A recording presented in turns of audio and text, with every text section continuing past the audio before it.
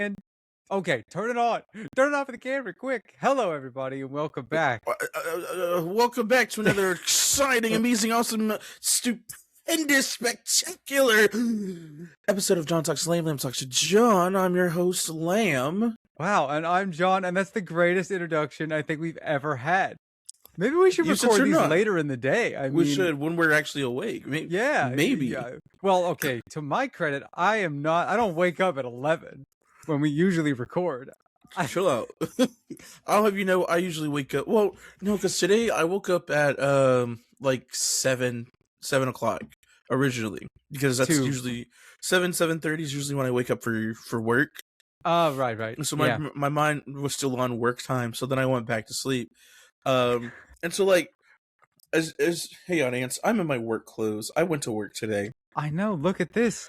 You won't see this very often, but what's it called? As we all know, I work maintenance, and every other week I'm on call. So if there's an emergency, I go out, I deal with it. Usually it's just me, but like depending on the severity of it, might have to call Anthony. Whatever. It's solo dolo the whole time. Yeah. And so then yesterday on the way home, first of all, we got stuck in traffic because as you know, they're always doing construction like on the roads around here. And right now they're working on making a separate street for the highway to loop around now instead of having to go all the way down and then turning back around. Like a frontage road or like an overpass kind of thing? I don't know what that means, but sure. Oh, okay. But so they're working on that. So yesterday on our way home, for some reason, there was this big construction truck that tried to go down the access road, and it was too big to fit under the bridge, the UNT bridge. So we were stuck. Did it shear off the top, or did they stop?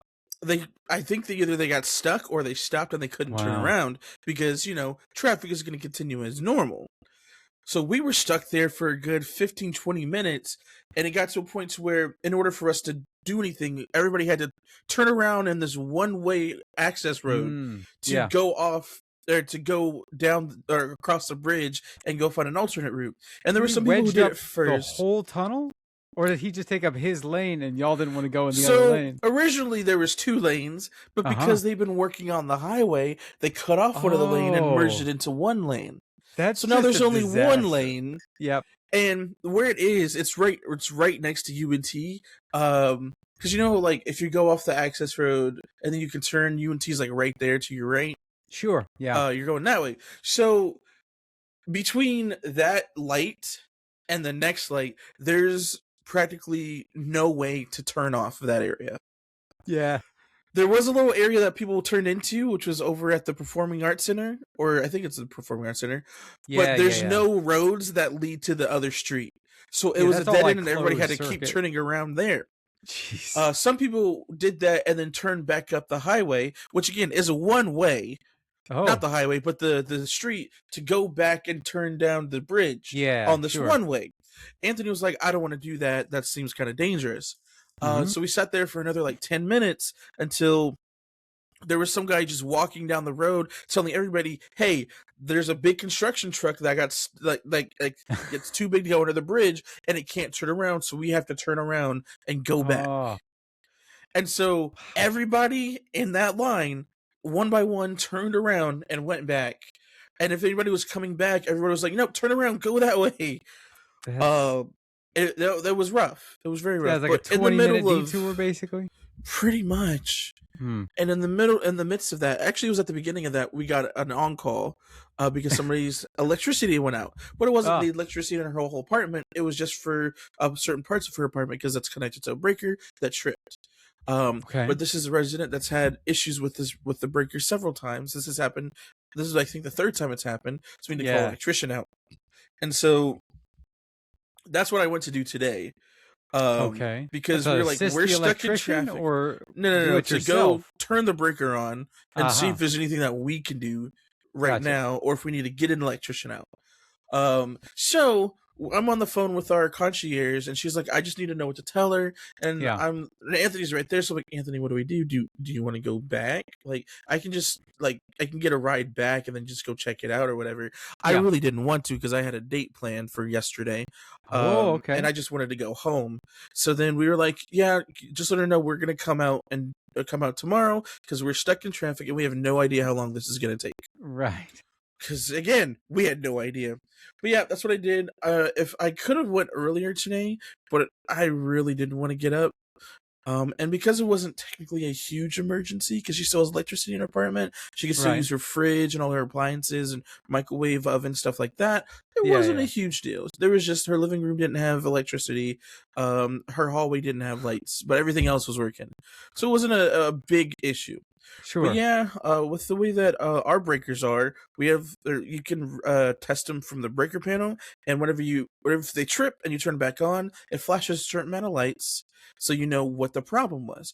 Usually, it'll flash like five times, and that's like, oh, the breaker was overloaded. You have too much stuff plugged in.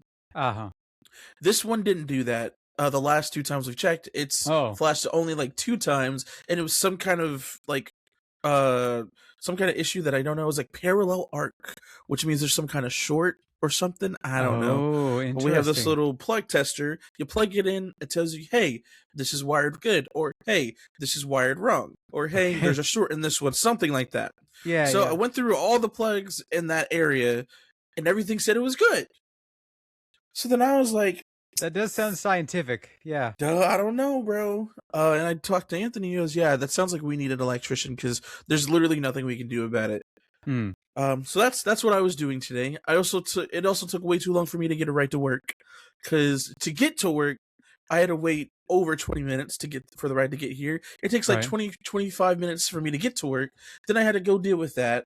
Then I came back. Or then I had to wait for another ride, and the first ride said it'll be like 15 minutes out, and I was like, screw that Lyft, I'm gonna go to Uber. So I ordered an Uber, and the Uber's like, oh, it'll be here in 6 minutes. And then there's some stuff that happened at work. I was like, oh shoot, let me cancel this in case I need to go deal with an emergency. Yeah. I didn't have to deal with emergency, so I canceled my Uber for nothing, and it happened 2 different times. And so then I was like, okay, cool, whatever. I'm just going to order this Uber. Whenever it gets here, and I'm leaving. I don't care. Okay, sure. So then the Uber was like, oh, your ride is 8 minutes out. Okay. My ride was 8 minutes out for a good 15 minutes. They just stopped to get lunch. I mean, this was right around lunchtime. I don't know, man. You got to bake that into their schedule. So then I'm leaving, or I finally leave. I don't want to talk to my Uber. I don't want to have conversation. Yeah. But my Uber wanted to talk to me. And he got a new truck, and so he was just talking about it. He goes, yeah, it's 3-cylinder, it's new, got new tires on it, blah blah blah blah.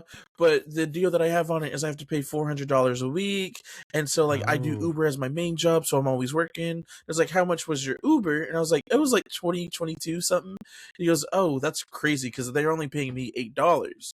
And then he goes off on this whole tangent about how Uber steals your money and doesn't pay you. And then he gave me his number, so if I need a ride, I can just contact him directly and pay him directly because he needs money. And this is the third time somebody's done that. I don't think you're not allowed to. Well, hold on. First of all, as a former Lyft and Uber driver myself,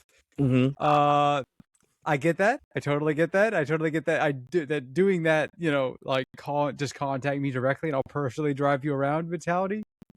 That's cause for dismissal though. So let's just we will edit that out. We didn't say any names. You don't know who I didn't say any names. I barely even know what his name is. Yeah. But yeah, it's not the first time it's happened. Yeah, no, for sure. I had somebody else. It's enough of a problem that they told us specifically not to, to do that. They tried to dissuade us from doing that. Yeah. Oh, well, I'm not gonna dox my guy because he's just trying to make a living. He's from California. He's trying to save up money for the next couple of months to go back home. Simple as that. You know what? To be fair, I don't want to sound callous, but it's his own fault for buying a 3-cylinder truck. That's the least gas efficient thing I could possibly imagine. Well, hold on, because it's one of the newer trucks, and whenever you stop moving, it turns off. so you save gas. Yeah, he pointed that out several times. I personally do not believe that. That is such marketing hype. Like, I don't know. He seemed to firmly believe it. I gotta believe my guy. Well, sure, but right, okay. I'm sure you've heard, right? Well, you probably know as an electrician yourself, right? Hold on, that's a big big title there. Some lights you should turn on and leave on because the impulse to turn them on costs more to maintain than turning it off. Yeah, I learned that lesson as a child because I remember it was one day, or maybe several times, I don't know. We were low on gas, and we were afraid we weren't going to make it to the gas station or home. And so I had the bright idea, well, why don't we just turn it off when we're at the light? Because it burns more gas to turn the car on than to just leave it on. Exactly. I don't know what magic technology, sci-fi mumbo-jumbo they're putting in these new cars. But I firmly believe that it takes just as much, if not more, because my mom has a car just like that. And every time, it scares the heck out of me every time we do it, because every time I stop, the car turns off for like 3 seconds and then turns back on. It's like, what are you doing? If you're saving, does that too. Like, I mean, okay, say you save like a penny every time that happens, right? You gotta go. I mean, I don't even know how long, but a penny seems like a lot. I'm probably giving micro fractions of a penny that you're saving in order for that weird little thing to be happening. And sure, maybe that adds up in the long term, so it just makes it a better idea. But personally, I don't like it. I like my car. My car stays on. It doesn't give me advice on how to drive. It doesn't try to correct my driving when I drift a little bit too close to the line. Oh, you'd hate driving with me then, or riding with me, or having me as your passenger. Would you? Are you a backseat driver? Oh, absolutely. Oh my! Well, see, I can ignore you, and I can yell at you. I can't yell at the car. All I can do with the car is like try and adjust. But you can't. I can't get into a rhythm with my mom's car in particular, because hers is the one that does it. With my car, I'm like, this is why I think I would be good on motorcycles, because I become one with the vehicle. I don't need to think about what I'm doing. I am just. It is me and the car. And the road is I am the car, right? With my mom's car, maybe I just haven't driven it enough, but it's like there is a disconnect between me and the car, because the car is constantly trying to correct for my mistakes, and I'll let it know I don't make mistakes right now. Everything I do is intentional. Oh, if I drift into the other lane because I'm, trying to pick a song out, by God, I meant to do that. And I'll turn my turn signal on and flip over there. No. I refuse to let that car. This is why I won't ride a horse. Because I am not going to let an animal. Because it's a living creature? Yeah, I'm not going to let a living creature that has a mind of its own and could kill me with one kick in between my legs.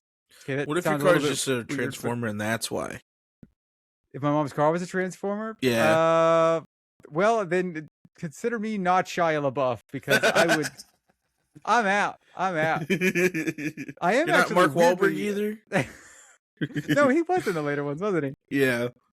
No, to be honest though, I am actually considering downsizing, like selling my car and getting a motorcycle. I've had this thought. I mean, I don't even know how many. I've had it for years. I have a goal, a pipe dream, that on my 30th birthday next year, I'm going to go on a cross-country motorcycle trip, coast to coast, see a bunch of cool things, take like 2 or 3 weeks and just drive it. And, send out some invites to people that I think would be willing to do a motorcycle trip for that long, which is a very short list. I'll give them that.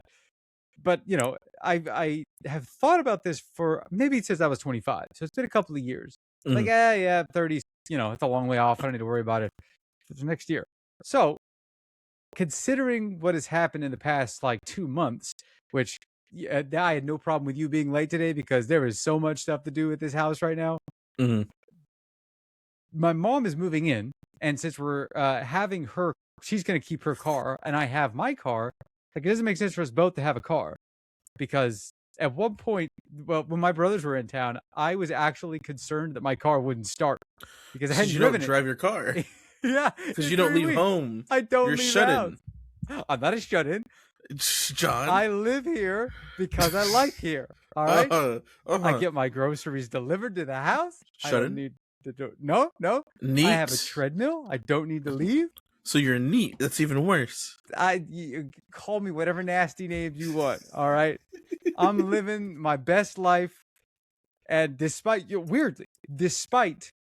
the turmoil and tragedy of the last month, I actually had probably the best day of my year, not like of a year, but of 2026 was yesterday. I couldn't believe how good of a day it was. Like I got the last of my hours in at work and then just like kind of piddled around, did various things throughout the day, watched a really crazy, weird horror movie with my mom, a nice creature feature from the 90s called The Relic. Had some popcorn, and I felt so good. Doesn't show I up. felt so good that I went on a run. Oh. You know how many times I've run in the past, like, ever? My life? Willingly running? At least 2. I hate running. Hate is a strong word. And for sure, I have an intense dislike for running. But you know what? After yesterday, I think I'm coming around on running. I don't know. I don't know when the last time you had a good run. Every run that I've ever had has gone miserably. It's been like a minute of, okay, this is like tolerable. And then every second after that is like, this is hell. This is hell. When can we stop? Please, God, can we stop? Oh, yeah. Yesterday, it was the opposite. Not really the opposite so much. It wasn't hell actually, I guess it was hell at the beginning, but it got better. And by the end of it, like, I think it was, I don't know my exact time because I forgot to record it. I punched it into the app and did it the wrong way. And so it said I ran a 15-minute mile, but I was on there for like 10 minutes. So I think I got my par time down because the last benchmark I set was 12 minutes. And that was like not really trying. And yeah, thank you. I felt really, really pleased with myself because I got to the end of that and I went, my God, I think I'm actually in better shape than I give myself credit for. Probably. Simply because I just don't try as hard as I could. But yeah, it was such a weird feeling getting to the end of a run because I don't like running so much. And I got to the end of it and I went, that was actually kind of cool. And I feel like I don't know how to describe the endorphins, I guess, that were in my body. Use your runner's high? That's what yeah. Like, but my mom has been a lifetime runner. And so I was like asking her, is this what, getting the runner's high and like getting that second wind, is this what this feels like? Because physically what happened was for the first minute, it was like, okay, this is kind of tough. My body's like getting up to speed. I was doing like interval sprints, kind of sprints. It was like, walk for 3 miles an hour and then run for 6 miles an hour and then walk for 3 miles an hour and like interchange like a minute, right? The first minute of running was fine, but I was like, okay, I have energy, right? I was burning off my energy. The second minute was rough because I was running out of energy and I was tapping into reserves. But then I hit the third minute and I ran for the whole time and I like felt my breath that was like sort of getting out of control. Like I was doing my best to control it. But by the end of the third minute, I like started walking in and I was like breathing through my nose going, I could hold my breath right now. What is going on? Like there was some weird switch that flipped in my body where I just felt this like pressure in my chest, but there wasn't any like desire to breathe that I had experienced for the first 4 minutes. It was the weirdest thing. And then I like just continued running. I was like, okay, this is, maybe I'm like tapping into the runner's high. Maybe that's what this is. My mom said you just died for a little bit. It's very possible. Yeah. My mom says that it usually would hit her at about a mile in. And I was only about half a mile in at that point. So I don't know if maybe my body's just wired differently, or maybe I was misunderstanding it, or maybe this was just a foreign feeling to me because I don't run. And I was like starting to get into it because I cut it off at a mile. I just was like, my original goal was to run for 100 calories worth, as according to the treadmill. But I felt so good at the 100 calorie mark that I was like, well, let's just keep going. Let's keep going. Yeah. And then I just tried to run until I couldn't. And made it to like a mile. It was like, all right, I guess I'm done. The last time I really ran. I don't think I can't remember like the last time I've like run for real. Like or went for run for like exercise purposes. Well, yeah, there's a big difference between like running for, I guess, pleasure and weight loss and whatever and physical life, and then running for your life from like a tiger or something. Yeah, exactly. It's a very different mentality. I can't say I did used to go for like walks. The last time I really went for like a walk, just to go for a walk, because like we go for walks every now and again now, and we call them, me and we call them hot girl walks. Oh, right. And it's like that's like it's our mental health walks essentially. Oh, of course, yeah. And we'll just get a little vitamin D.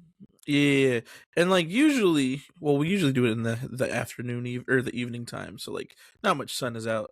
But like that's the right amount. Usually, what ends up happening is we'll just start walking for a little bit. Sometimes we'll go to like the park. Sometimes we'll end up going to like just down the street and then like making a big loop around the block. Yeah. Sometimes we walk all the way down to the bars. And just vibe there for a little bit. I think the furthest we've been might have been down to the square, but I could be wrong. That is a hike. Like, yeah, we'll just go for like little walks sometimes. But like back in when was this? I think this was 2017, specifically that I'm remembering. This was right after high school for me. I wanted to 10 lose years weight. ago at this point. Good lord. Let's not say that ever again. But yeah, I was trying to get into my fitness bag, and so I would just go out for walks in the Texas summer hot sun. Yeah.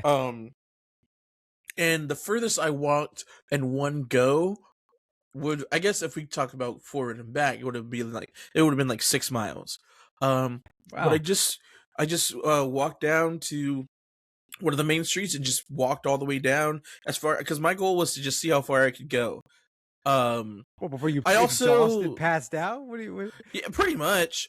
And so I ended up walking down about 3 miles. Yeah. Excuse me. And I was doing like 20-minute miles, just straight walking, and I was very proud of myself for that. Nice. Yeah. I was also kind of insane at this point in time as well. I think I was actually losing it, but I was like, and like in the anime that I enjoy and things like that, they walk around in Dragon Ball. Let's talk about it's Dragon Ball. Sure. They walk around with this giant turtle shell on their back, and it weighs them down. Because the way my brain was thinking was, if I walk around with this heavy bag on my back, after a while, once I take it off, I'll feel so light, and I'll be able to move a lot faster, and like I'll have more muscle, things like that. So at one point, I went outside to the field behind where we were living at the time, and I just searched for giant, just big rocks and threw in my backpack. Nice. By the time I weighed it, it was about 40 pounds. Dude, all right. Yeah, that didn't last too long. I mean, I imagine that's like that's the upper bounds of what they recommend for like not professional rucking, but like everyday rucking. Mm-hmm.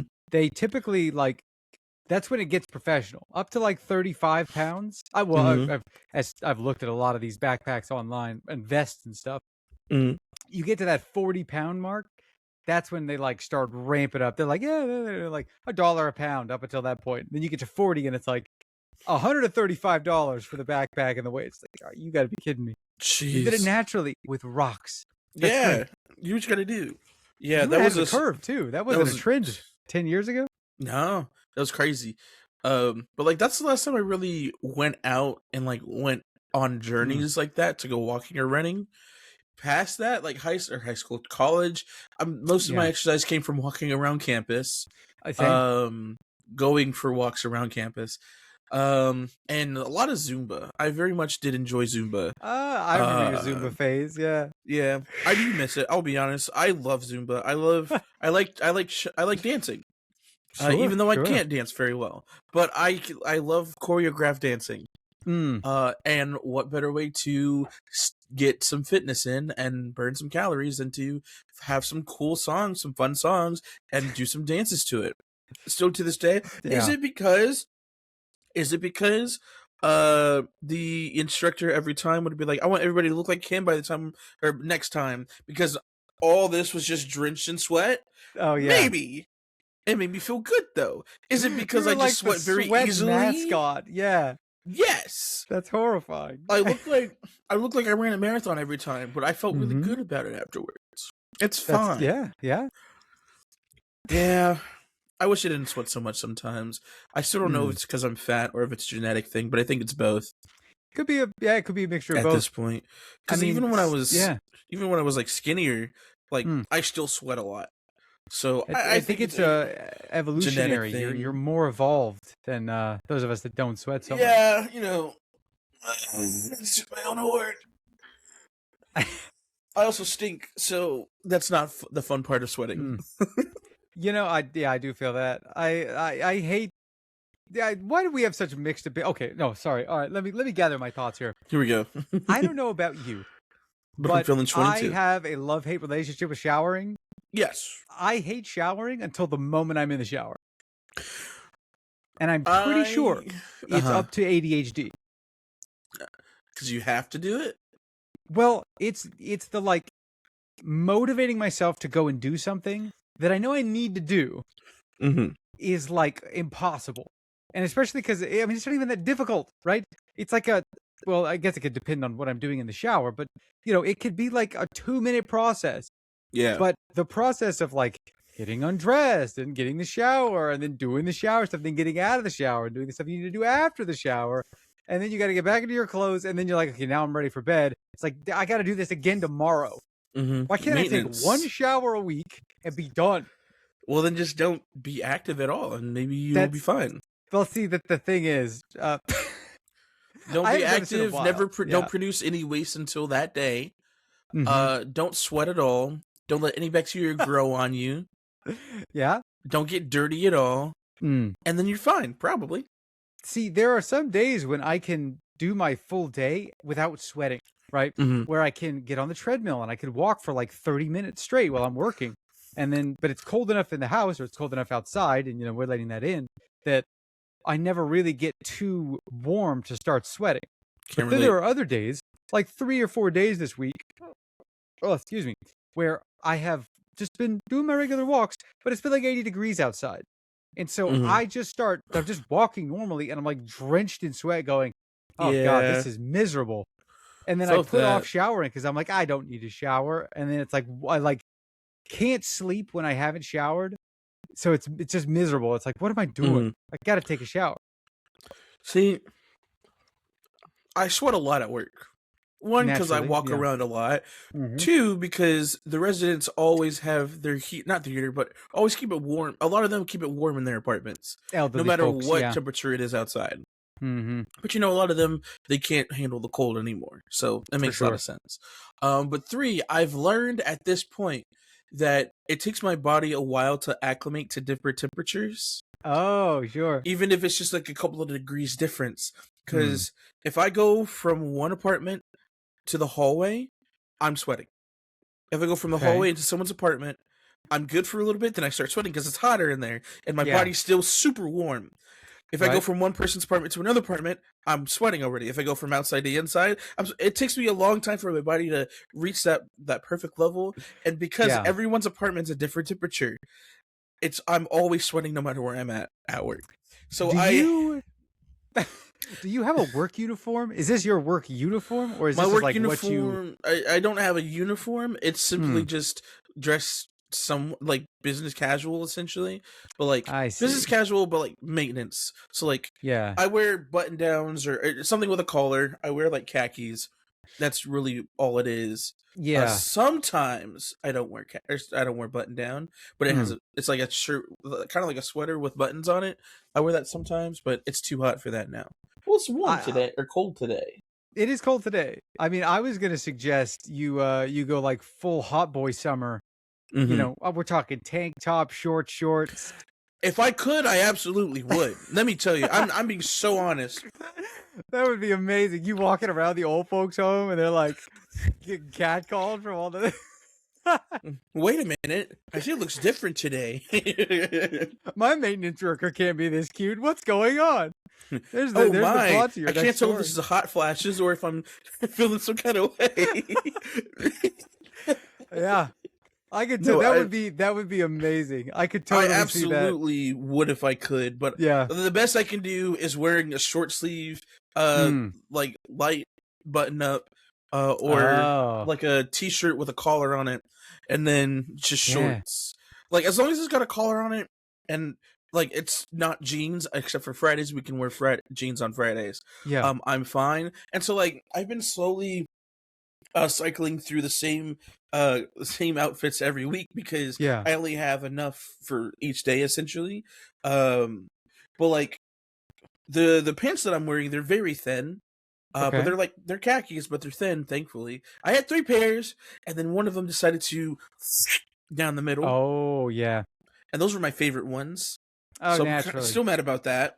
Yeah. But yeah, and like I'm wearing long sleeve today because it's cold. That's true, yeah. But usually I just wear like a wife beater underneath my shirts because I'm like, I sweat a lot. I don't want the sweat to protrude through my shirts. I don't want it to stick to me as well because it's gross. But then also all my shirts are dirty because of paint, chemicals, things like that. So I just recycle through each of those. I haven't got a company shirt yet. Still waiting for that, but hopefully I'll get one of those soon. You have like a machine shop, like a storage place at your work, right? What do you mean? Like well, what I'm imagining in my head is like a garage where you would fix a car, but maybe not a car in this case, since it's for like an apartment complex. Just like a storage area where you have all the tools. Yeah, and, like, we have our maintenance shop and stuff. Yeah, you know what you should do is if you ever swap jobs or upgrade out of this job to a different maintenance job or whatever, you could totally do like a photo shoot inside of there. Yeah, wife beater. You got your like what do you call it? Your like gray work jacket over your shoulder. Yeah, why are you trying to get me under the hood or something? What's going on? Hey, I'm giving you advice on. Well, I don't know what I'm giving you advice on. You got to get some headshots, man. You know what? Fair enough. I mean, get some headshots, Anthony, he's doing photography as like his side gig right now. There you go. And he has a garage that he's like created a backdrop for and everything. I'm going to show you I'm going to send you his Instagram and all that stuff because he's been doing photography for a hot minute. Dope. Okay. And he does like a lot of like cosplay photography stuff though. Oh. But he's popping off right now. Okay. But yes, I hear what you're saying. We'll do that eventually. Maybe we'll see what happens. I am planning to do a shoot with him though. I'm slowly compiling something to make some kind of costume outfit deal. I bought some elf ears because I wanted some elf ears. I've also bought this green. You gonna be a Legend of Zelda? What? Elf ears and green clothing. He's turning into Link. Where is it? Oh, I got this thing. And I really like it. Sometimes I'll just put it on at home just to feel something. Yeah. Jacob made fun of me. He said I look like a hobbit when I wear it. Well, they did give hobbits elven cloaks in the Lord of the Rings. And so it's just how tall is it? It goes like halfway down my thighs. Oh yeah, okay. It looks shorter. I think you haven't put it on all the way, maybe not. I'm trying. I'm doing my best. I'm not going to pull out the ears because the ears are not the right color. Because they're like the same color as my face, but not my ears. Okay, hold on. Oh. Help. So yeah, it's I just wear this in my room sometimes or at home. Yeah. And it's pretty cool. It goes down pretty far, actually. That is cool. I like it's like tapered on the sides. It's got a hood. Oh my god. Look at that. Yeah. What are you planning on doing with this? Go to like a Ren fair? I can't hear what you're saying. Yeah, I figured you can't. What'd you say? Are you going to like a Ren fair or something? No. So like you just wanted to get an elf robe and elf ears? Explaining this is never easy, but so I keep going through identity crises.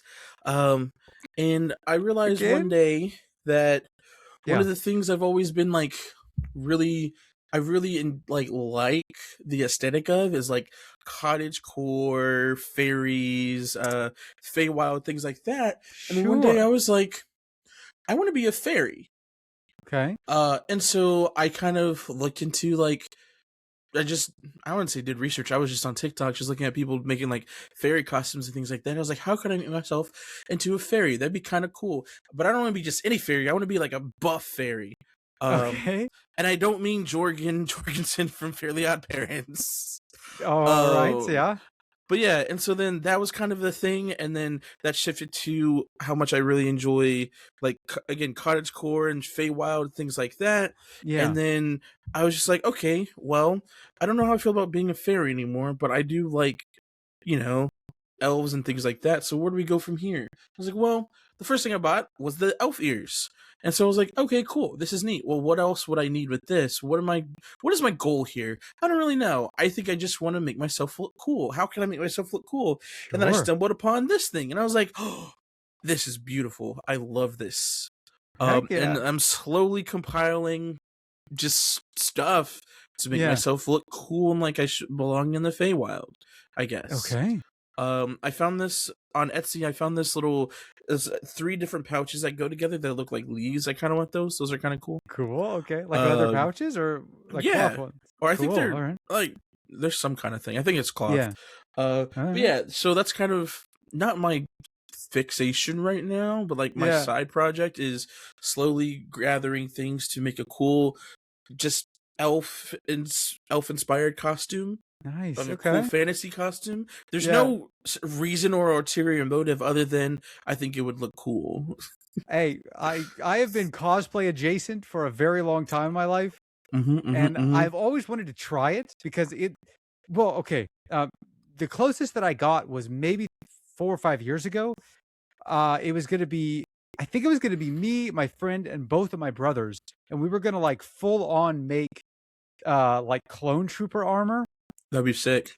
And we were going to go to like a Comic-Con as like, well, the reference we were trying to make was from the, oh my God, what is the name of that game? Fixer, Boss, oh my God, Republic Commando, that was it. Which is an old game that I really love and my friend really loved. And we were like, let's get the other 2 involved because there's 4 of them, right? And we made plans for it and then started to get into the process. It was like, oh my God, this is so much work. Yeah. And then it kind of fell through the cracks. But if you can get into cosplay and I can ride your coattails to get into cosplay, you better believe I am in that line. So like, yeah, I was talking to Anthony, I think yesterday about it and trying to figure out what cosplay I would do. And like, obviously, I think I wanted my first one to be a character that's black because black characters are great, especially in anime. And you don't have to do like white face or anything. Exactly. No, I wasn't gonna do any face or anything. I would have just been me looking like the character. Sure. But the one character that I do want to do for sure, if I ever do cosplay, which it's still up in the air, we want to do it at some point. Is Kaido from Psyche K. That's the one that I showed you his theme song. Him. Yeah, I freaking love him, and anytime I show him to people are like, that's literally just you. Because he's got he feels like he's the main character and he's always has to fight against the Dark Reunion and everything's always plotted against him and things like that. And I was like, I mean, if everyone says it already, might as well jump into it. So, and to his credit and to your credit, this is probably the easiest cosplay I can imagine. Yeah, it's literally just a school uniform, get a wig, and like the red wrapper around the hair. There you go. I think you're set. You can pull that off already. And the cool thing about that is, because the school uniform is the main costume that everybody wears in that show, if I want to be a different character, I just need to get like a wig for that character. There you go. Exactly. Damn, that's amazing. The only other idea I have for like cosplay would be just to cosplay some OC or like one of my D&D characters that I have. Oh yeah. Unfortunately, I don't think any of my long-term D&D characters are easy to cosplay. My main one is in Aarakocra. And then we have a halfling, which I guess I could kind of do. Yeah, you could. I'm already short. Probably. Yeah. You just need a loot, and well, I don't know. He doesn't really have any super like. He uses major harmonica. items. I thought. We'll have to get back into that later. Oh yeah. I don't know, but yeah, I don't know. Who knows? Maybe Lalage cosplays will be the next thing we do. That could be pretty cool. Yeah. Yeah. I mean, I always see all those really cool photographs of the people that are like dressed up as literally any character, and I'm like, this is so cool. No, absolutely. And then like watching people make like their own not spin-off, but like their own versions of the characters is even for sure crazier because like, how are you guys so creative? Yeah. It doesn't even seem well. I mean, I would say that it doesn't seem hard, but I don't understand any of it. They're like all the stuff that they're talking about. I'm like, okay, I'm capable of purchasing these things off of like a pre-made store and combining the pieces together. But when it comes to fabrication, that's where I'm like, okay, this is some. I mean, I've seen people say like, yeah, like interviews, like Comic-Con. They're like, how long did it take you to make this Iron Man suit? They're like, 600 hours that I spent on the helmet. I'm like, oh my God, okay. And I can't say that that's too long of a time realistically, because how much time have I put into my long-term projects? A lot. But True, yeah. But no, I think like one of the big things is definitely making the costume versus buying the costume. Yeah, true. Is like the big difference. And so like I'm probably the first couple things I do, if I ever do them, is for sure probably going to be buying and modifying stuff.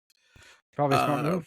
And then maybe if we're feeling crazy, might start making my own stuff. Yeah. Hey, I definitely failed that sewing class, so I think I'm out of sewing, but I can definitely just buy a helmet. That's simple enough. The sewing that I did was very minuscule, learning how to sew, hey, here's how you can make garments of clothes. True. Oh my God. Oh, okay. This they tie in together. This is an embarrassing thing. Well, I don't know if it is embarrassing. Okay, let me just say this and see how this reacts. All right.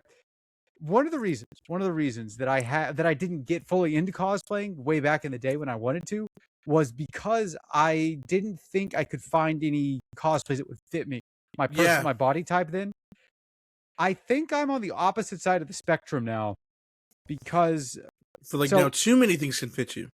Well, yeah, maybe, but that would be a nice problem to have. Yes. The problem that I did have is that when we went, I don't really have any nice shirts, right? I mean, I need to update my wardrobe in general because the last time I did it was like 2 years ago. The problem that I had was prior to my grandmother's funeral, I, again, didn't have any nice shirts. My only shirt that I had was like 3 sizes too big at that point. And so my cousin and I, we went out to Kohl's. I think it was a Kohl's. Yeah. To like try and get a nice shirt for this funeral. And we went out there and like collected a couple of them. And I was like, okay. I mean, like usually the shirts that I'm wearing are, depending on the cut, like I was at that point maybe a small, right? Which is mind-boggling to me. But I grabbed some smalls, went and tried them on, and I'm like, oh my God, these shirts are huge on me, like ridiculously big. Good so Lord. I went and tried to find some extra small shirts and discovered that I found 2 extra small shirts in an entire godforsaken store. Went and tried them on, and I'm like, these things are still kind of too big on me. What do I do? I had like a moment there, like I was in that little like what do you call it, the dressing room, like trying on these shirts. I was like, he's too small. God, I can't wear extra small shirts. This is out of control. I would say you gotta shop in the kids section, but like you're still tall. That's so what like what do I do? I already can't find shirts that fit me because of my length. If now I'm worried about the width side of things, you could do the old put on a shirt that's too big and get a rubber band and tie it so it fits you. Yeah. I could be like all those cool camp counselors I admired so much back in the day. Yeah. I didn't have a full on like breakdown in the store, but I was like, I reconsidered so much of my life in that moment, going like, okay, maybe my body dysmorphia is way worse than I thought it was. And people that have been telling me like, stop losing weight. Maybe I should have been listening to them. And then I went, you know what? No, they don't know anything. Who's making these shirts? Whoever's making these shirts needs to make these shirts better. It's not my fault. It's their fault. And so I had to go and put those 2 shirts back. And then I just ended up wearing like, I think I ended up wearing like a medium shirt that I had, which was big, but it was like, okay, it wasn't the like XXL one that I had. So yeah, in terms of cosplay, I feel like the door has opened. I can literally like just get whatever I want and it will fit for the most part. I mean, obviously I don't know how fits work on there, but that's honestly an exciting thought that now I get to possibly open up that avenue again. I haven't thought about that in a long time.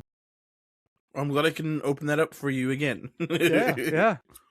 Me personally, I don't give a damn that I'm large.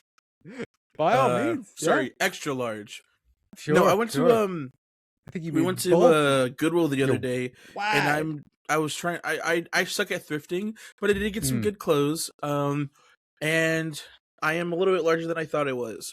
I knew, I know shirt wise what size I am. I'm an XL. Sure. That fits pretty solid. I can wear larges, but they're like skin tight.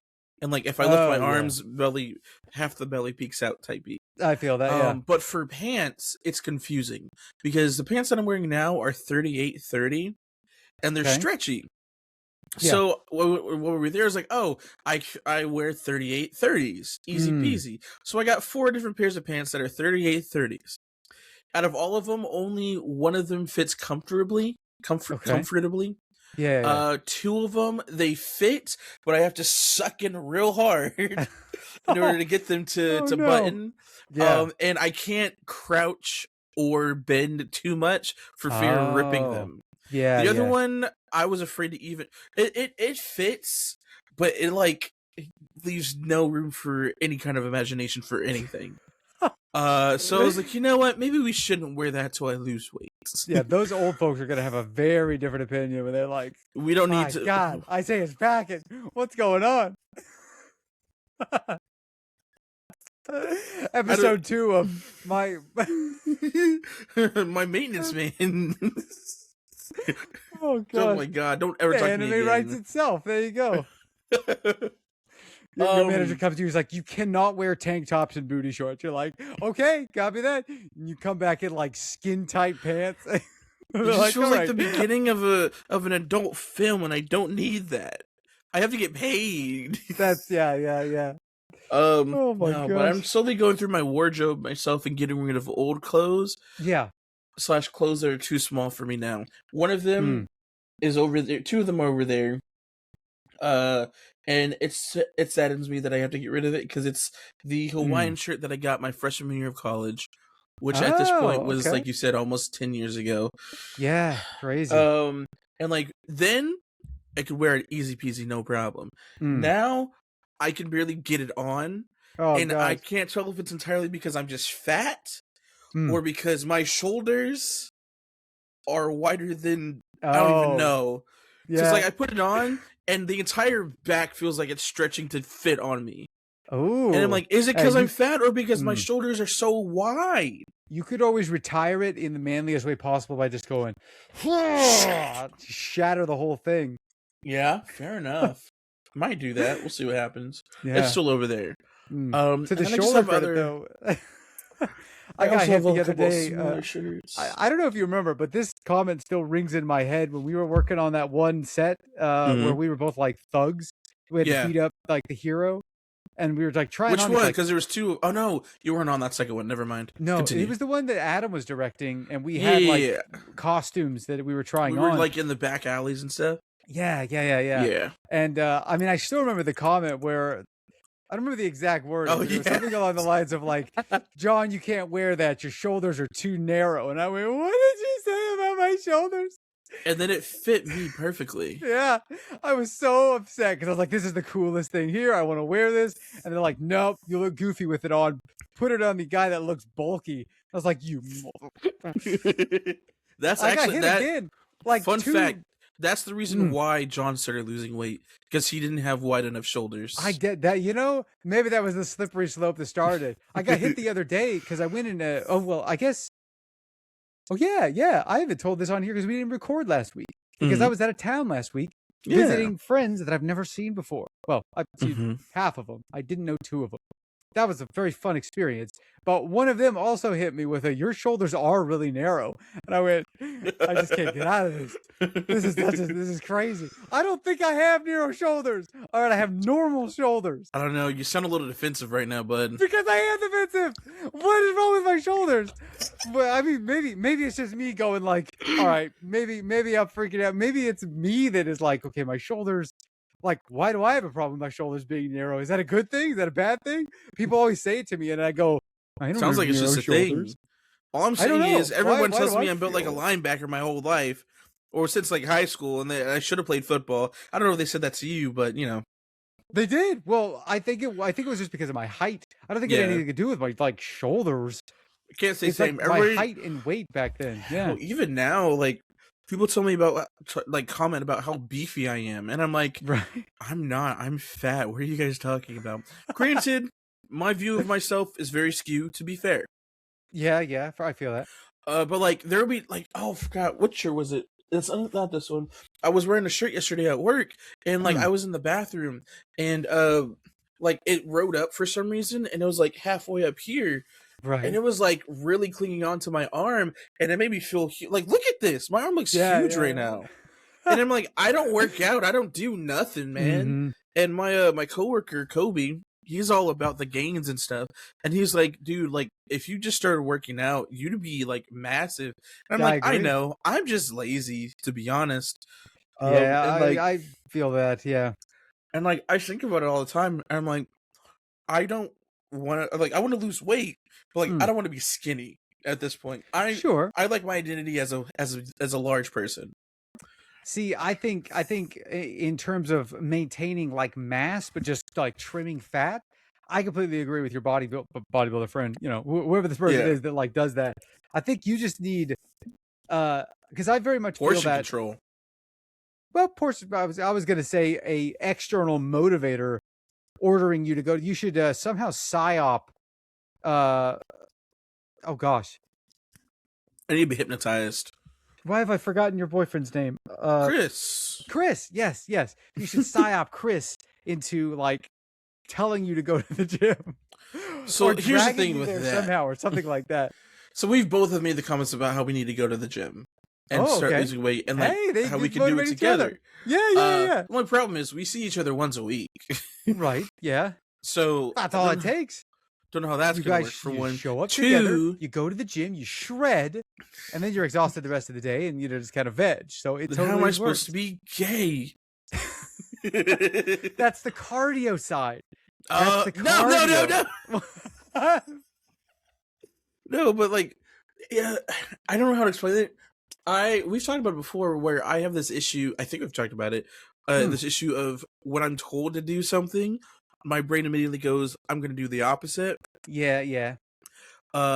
And it works in the worst ways, even if people are like just trying to motivate me, or we're like, hey, so when's the next chapter of your comic coming out? Or I'm gonna wait until you finish this whole thing before I look at it. And my brain goes, dang, now I feel obligated to do it, and now I have lost all motivation to do it. Yeah. It's a bad thing. We're working through it, we're doing better at it. But that's kind of how it is with the gym too. But with certain people, I kind of have learned to not start things with them. This isn't about Chris, by the way, but certain people I've learned, don't start things with them, because it'll get to a point where they won't start it, or they won't do it unless I'm involved in it. So then I become the main motivator for it, and if I'm not feeling it, or they might end up being like, oh, well, I was waiting for you to say something about it. Right. And I'm like, but you're the one who asked me to do this. Yeah. I get that.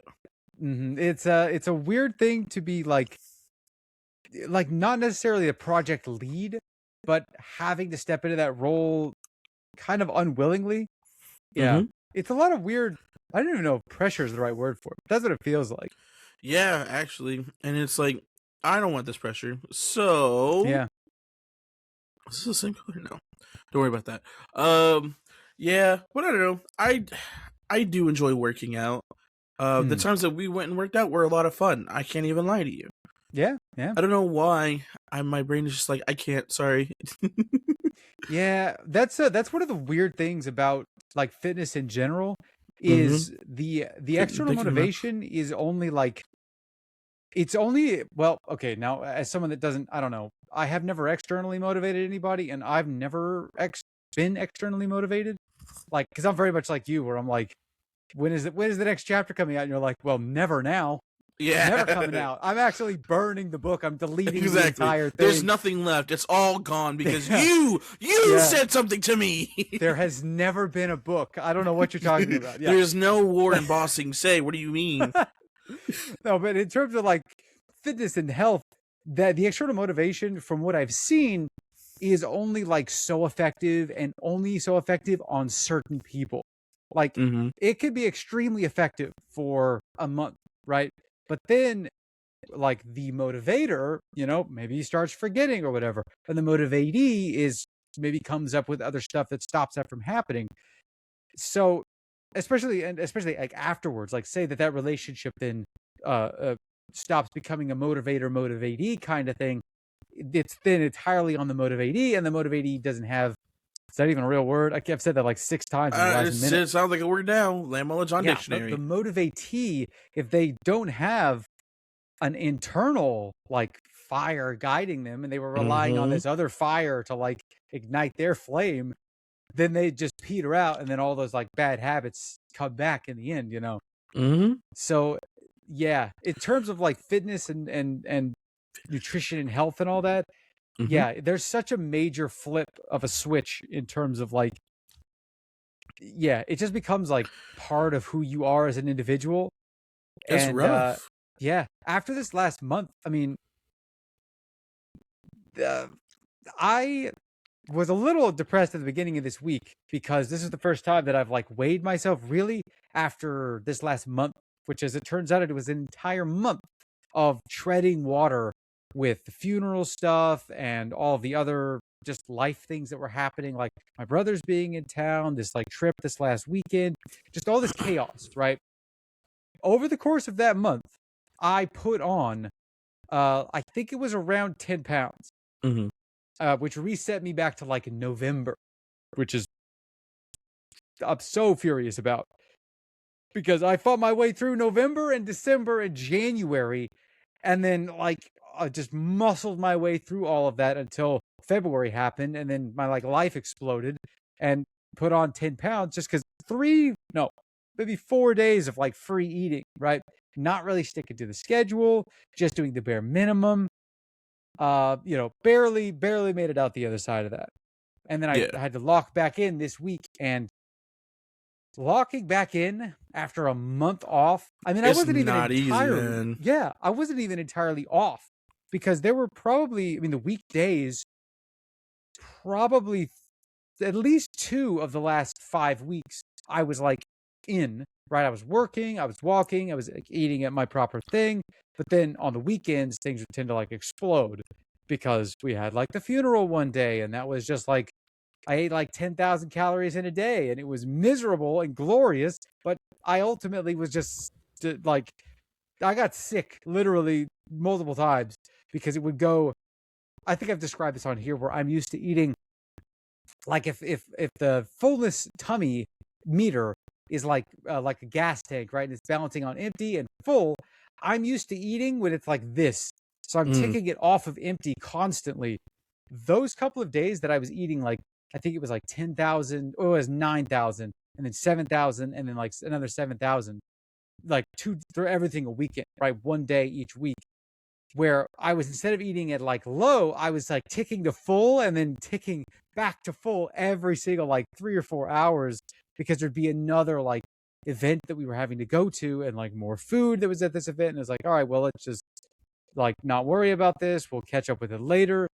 And that, as it turns out, is just like, is really miserable in terms of me physically feeling that. But at the same time, I could totally see myself doing that every single weekend. And like, I was like, okay, there's no mystery as to how I got as heavy as I got, because I have discovered that there's no easy way to say this, but I have I made jokes for a really long time that like, yeah, having an eating disorder would be better than being fat. Now I'm on the I think I'm not ashamed to admit that I am 99% sure that I've always had an eating disorder. And I'm just now discovering what that really means in terms of my day-to-day life. Because I have no healthy relationship with food.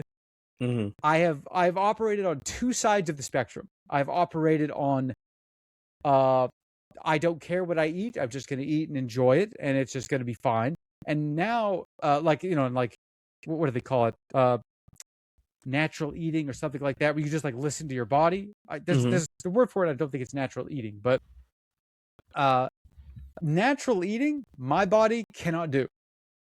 There is the signal between my brain and my stomach is non-existent or false 99% of the time. Because like those weekends that I ate like, 5,000 plus calories, I was never like, wait, we should stop eating. It was just like, hey, why not just keep going, man? What's going on? Look at all this food. Just keep going, man. You feel that? You feel that not being full? That's like a hunger cue. Let's go and eat some more food. It's like, oh my God, this is insanity.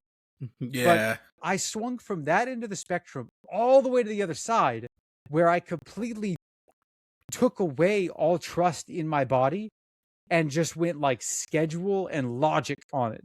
And it's been extremely effective. But now I've realized what I've done to myself, or well, not really what I've done to myself, but what I have come to learn about myself, in that I cannot operate on either side of the spectrum, but I don't know how to operate in the middle, which is the healthy one that people are like preaching about. I have no idea how to get there. And I'm like dreading having to do research to get into that, and or talking to a professional to be like, hey, I'm pretty sure if I said exactly what I just said to you, they'd go, yeah, you've got an eating disorder, bud. Oh, definitely. We should try and sort this out. I'm like, how? How do I sort this out? I don't know how to do it. I don't know. That's what you're talking to the professional for. I guess so. Yeah. It was that one. I don't even know if I talked about it on here, but I sent you a text about it where I'm like, my YouTube algorithm is recommending me eating disorder videos. Am I like cooked? And that I think was the beginning of it, because I watched that one video, not really realizing it was about eating disorders. It was something about like having a healthy relationship with food. But then I discovered the whole like channel was about eating disorder stuff. And that was when I discovered that was I sent you that text. But when I like watched that, I went, yeah, a lot of these make sense. A lot of these make like a lot of sense. And I was like, I wonder if this person has any other content. Oh, this is a channel about eating disorder, and I agreed with 90% of the points that she just made. Oh no! Oh God! Oh geez, what do we do? Fair enough. So yeah, that's a problem. Sounds like a fun. That's a problem that I get to deal with soon. That's a nice thing to find out about yourself. Yeah, good to discover this like right before I'm turning 30. I made that's what life's years. all about. Discovering yourself as you get older and grow. I mean, I've always known I don't like vegetables, but I've learned that I don't like a lot of squishy or mushy vegetables, or food in general, I should say. I like crunchy vegetables. I like lettuce. I like broccoli. I like bok choy. I like carrots. I like celery, things like that. Things that you could put in a stew. Beautiful. But I can eat a carrot raw. I can eat broccoli raw. I can eat celery raw. Yeah. I can eat it if it's like stir fried, still kind of crunchy. But once it gets steamed, or it sits in a stew for too long, and you bite into it and it just crumbles, I can't do it. Dude, I hate it. Best. It's disgusting. It's like, and I don't know why. I also have learned that a lot of things I'm like, oh, I don't like that. Let me rephrase. Discovered. I'm still trying to understand if I actually don't like things, or I just am not used to how the flavor / how things taste. So then my brain's like, oh, that's foreign to me. I don't like that. I see. One of the big ones was gumbo. When I first tried it as a kid, hated it. Thought it was disgusting. When I tried it as an adult, still thought it was a weird taste because I haven't really had gumbo in so long. But then I was like, I don't not like it. I just don't understand how it tastes, if that makes sense. That is strange. Yeah. There are other things, a lot of vegetable flavors that I still can't get past. Green beans. I have a love-hate relationship with green beans. Sometimes I love them, sometimes I hate them. I used to only eat like the French style ones that are like shredded up or like sliced really thinly. Yeah, I used to love those because I hate the beans inside. I hate beans. I don't like beans. Beans are awful in any way, shape, or form. Beans, lentils, peas, things like that. Disgusting. I can't eat them. No matter. Don't ever be poor. Do not ever do it. Oh, I have been. Trust me. And I barely survive. Yep. Hell, even mashed potatoes at some points. I'm like, dang, this is good. Other points, I'm like, this is the worst thing I've ever had in my life. That is so and strange. it's all about the consistency. At my job, we've had like 3 different kinds of mashed potatoes that we've had. Sometimes they're kind of firm and like you could like you spoon into them and it doesn't fall apart or anything. Yeah, okay. And like I wouldn't say they're chewy, but like it just feels like, you know, it's very compact. Like dense, sure. Yeah, very dense. I don't like those. The ones we had yesterday are very light, fluffy, and airy. And like you scoop into them, you eat it, and it's like very, very soft in your mouth. Very delicious, very good, very demure. Sure. I don't know why I'm like this. There's certain things where I'll just smell it, and I'm like, I'm not gonna like that. That is weird. But like 90% of the time, there's vegetables at work. I don't know why. I feel like I have to force myself to eat them. Or I just don't eat it at all. Mostly it's I don't eat it at all. Yeah. But there are certain things that I refuse to eat, and that is, again, peas, and lentils.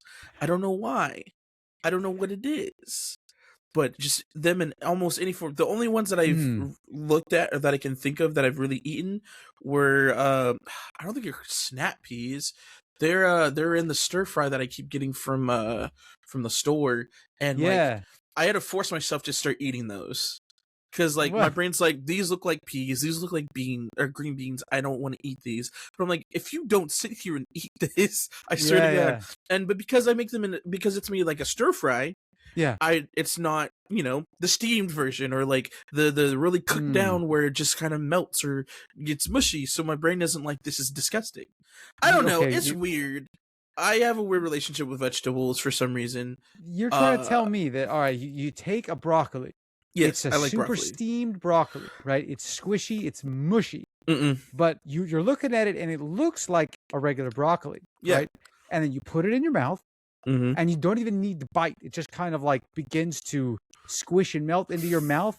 But it was cooked in like butter, and you just get this buttery, this. You don't like that? If it's a vegetable I like, I can sometimes look past it. I see. Like if it was like broccoli with like shredded cheese on it, and it's like steamed and stuff like that, I think I'm fine. I think I can work past it. But like, because we used to get like the frozen broccoli that you just put in the microwave and it steams and stuff like that. Sure, yeah. Growing up, and I hated those because, you know, you would. Oh, okay. But like if it's fresh broccoli or uncooked broccoli, the crunchy broccoli, like the ones you get in a little platter, dip that in there, easy peasy. How strange. Love it. I don't know why it's like that. I don't know why I'm like that. It doesn't make any sense. It doesn't make any sense. Cabbage is another one. I don't like cooked cabbage very much. I also don't really like coleslaw either, but I prefer eating coleslaw over like a cooked cabbage. A cooked like cooked down, sitting in like stewed in like water and other vegetables and things like that. Yeah. Green bean casserole, can't do it. I don't know. It's I don't know, man. It's weird. It's very interesting, and I don't know why I am the way I am. I don't know. Maybe I'm just a little neurospicy. That could be it. I've heard a lot of people don't like textures. Yeah, I'm learning that I'm a lot more picky than I thought I was, and it kind of sucks. I mean, my safe food at this point is pizza. Until I'm tired of pizza. I think 2 weeks ago I had pizza every single day, and I didn't get tired of it till the next week. And the next week, pizza revolted me. And unfortunately, the food that I had for like 3 out of 7 days was pizza. And each time I'd be like, yum, pizza. Or it'd be pizza that's not from the places that I usually get pizza from. So I'm like, this doesn't taste the same. This is foreign pizza? Yeah, it's foreign pizza. I don't know why it's like that. I don't know, man. That does sound very neurospicy. I don't know what that could be. I don't like that it's like that. I like eating food, but only food that's good. Now, if we're talking fruit, that's a whole different story. No, I had the white dragon fruit for the first time like last week because I usually only had like the purple pink one. Okay. That one, the purple pink one's very sweet. Yeah. The white one, not at all. It doesn't taste like much. And I bit into I ate. You can tell pretty quickly if I like the way something tastes if you look at my face. Because I just was like, oh, I've never tried this before because I was making a smoothie. So I was like, why not? Also, dragon fruit is very good in fiber. Remember that if you eat some. That's true. It's not fun afterwards. What? So then, I popped one in. I popped a little cube in there. I was like, this is interesting. Yeah. And you can just see like the not goodness in my face very quickly. Yeah. But yeah. Now grapefruit. Almost every time I go to the store, there's like a jar of grapefruit that you can get from the cold food section that's like this big. Yeah. It's $10 and $10 well spent. Beautiful. I eat it like cereal. Fun fact: you just buy the like in bulk, the like big ones. You just eat them out of there with a spoon. You think I don't? No, I used to hate grapefruit as a kid. And then my mom, she would love grapefruit, but she would always do like the sugar on the grapefruit. Oh, and then get like a spoon or a knife and like cut out the little sections and scoop them up. And that was great. Love that. Then I became an adult and I just ate grapefruit without sugar one day, and I was like, "This isn't any sugar. This isn't even that bitter." Yeah. So I started eating grapefruit like that, and then now I just eat it like an orange. I eat the pulp and everything. Oh, I just peel it, or I'll either peel it all off and then just like section it and or I'll cut it, or cut it in half, cut it each half in sixths, and just. That's probably a lot easier than the way I used to do it. We used to cut it in half, and then we had these spoons that were serrated on the tips. Mm-hmm. They were specifically for grapefruit. It was the craziest invention. Yeah. Yeah. I don't know if you've had a pomelo, but a pomelo once or twice is a much bigger grapefruit. And it's sweeter than grapefruit, but it's much bigger. But the rind is like this thick. Yeah, for sure. But anyways, that's eating disorders and picky eating today. I was gonna say something earlier. About the discipline and like discipline and like going to the gym and stuff. I've learned that for myself. If I really want to do something, I have to do it out of spite. But specifically, no, listen. I have to do it specifically out of spite to myself, for myself. Because after you tell me to do something, my brain goes, I'm not going to do it. But then out of spite, I'm going to be like, yeah, you know what? I am going to do it. Because now I don't want to do it. So now I'm going to make myself do it. Because I don't want to do it. Because I want to do this. You don't want to do this. You as me. Yep. And if I don't do this, then what was this all for? The other way is because I'll do it because I think it'll just be either it's because it'll be funny or literally just because like my whole caffeine thing that I was doing that fell apart like last month because I got really stressed out at work and I started drinking caffeine like alcohol. Oh my gosh. So I've been drinking caffeine again, but the reason why I started even doing that was because one day I was like, I should just stop drinking caffeine and energy drinks. Okay, and then I stopped. There was no other ulterior reason for it. I was just like, I should probably stop. Probably not good for me. Yeah. Yeah, I just won't. And it lasted like 3 months. It sounds like you and your brain are not in cahoots.